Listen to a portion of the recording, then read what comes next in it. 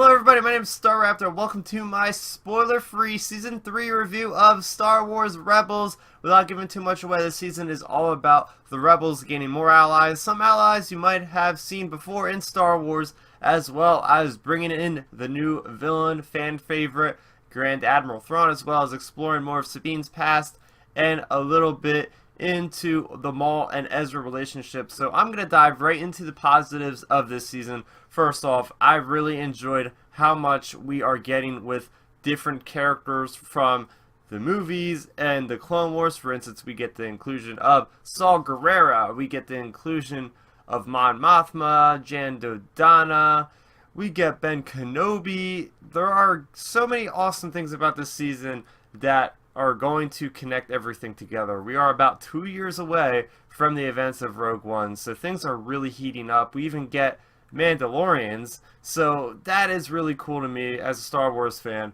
seeing all these things kind of happen, these things that I've been kind of thinking about in the back of my head, like, oh, where have the Mandalorians been?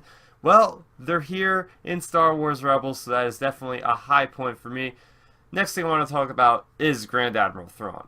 I mean, this is a character that people have loved. He was one of the very first characters in one of the first Star Wars Expanded Universe novels. This is from the Thrawn trilogy. This guy, people have such strong admirations for this character because he is basically like the Sherlock Holmes of Star Wars. So there's a lot of risk involved with bringing this character to screen because people love him so much that, you know, they don't want to have him screw up one of their favorite characters.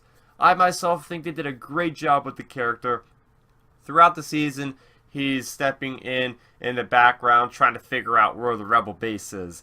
And he is basically playing the long game. Unlike a lot of these Imperial officers, he might have a few what look like failures, but he's letting them go intentionally so he can get to the source. He's not going to take out these little groups of rebels. He's waiting for the big catch of the day.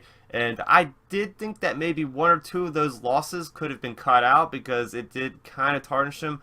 But the end result of the finale definitely paid off for Thrawn. He is a force to be reckoned with in all sense of it. This guy is so strong.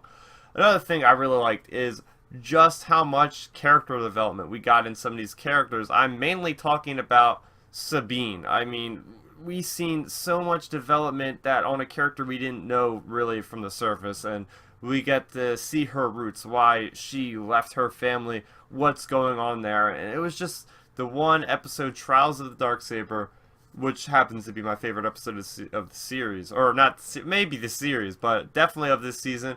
She was really giving her all. Tia Sircar, who is the voice of Sabine, really gave it her all. You really feel emotions with her talking about what's going on, and that whole subplot of the Mandalorian's house. She's going to seek help. I can't wait to see more of that, hopefully in Season 4. So definitely really cool. And also, other things I want to talk about is just Hera. We got a little bit more into her. Kanan, now that he's blind after the Season 2 finale, we definitely see him, especially in the beginning, kind of struggling with, being blind. And then the Bendu, which is another new character, helps flesh out Kanan a little bit more. And finally, I want to talk about the animation. Has just, again, overall improved. We have, again, in Trials of the Darksaber, a great duel between Sabine and Kanan, as well as the space battle in the finale 0 Hour was unbelievable, guys. I've really, really enjoyed that space battle. Like I said, things are starting to come together. The Rebel Alliance is pretty much formed at the end of the season, so we're going to see more of those skirmishes with many, many ships rather than just the ghosts flying around taking out a couple TIE fighters. With that being said, there are a few things I want to talk about that I didn't really so much like in Season 3 of Rebels. So first off, probably the biggest issue for me was the character of Ezra. So, in the first episode of Season 3, Steps into Shadow, we have Ezra, with shorter hair, obviously, but he's got a green lightsaber, and he's getting a bit to the dark side. I mean, at the front of the episode, he's basically using the Force to mind tricks one of the soldiers into shooting another, then walking off, basically committing suicide off a platform. So that was some really dark stuff in the beginning of this season, and they kind of just forget about it. Honestly, they just say, oh, I guess the creators were like, well, we don't want to go dark anymore. And every other subsequent episode, never really touched upon that. Maybe the Darth Maul themed episodes, but that was only like 2 other episodes or 3 episodes besides that. But really, by the end of season 3, we still basically have a season 1 Ezra, and I wouldn't mind that so much, but it's just the character himself just really is getting under my skin, guys. He is starting to annoy me.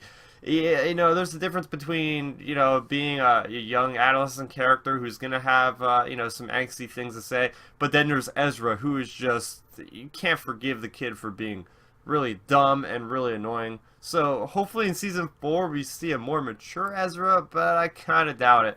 Another thing I didn't really enjoy about this season was the overall flow of the episodes, and season 2 also struggled with this a little bit, but not as much as this season, guys. There's like some episodes that feel really out of place, really out of order.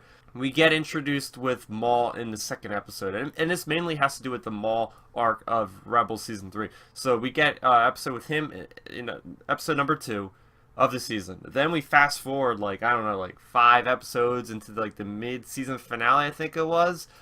And then we have to see him in the 2nd to last episode, Twin Sons. So there's so many gaps between there. I kind of wish we would have had the episodes, like all 3 of them in one mini arc, because again, with going back to Ezra, it doesn't feel like anything's going on in his head about him conflicting with Maul. You don't ever really see that struggle going on throughout the series, throughout this season.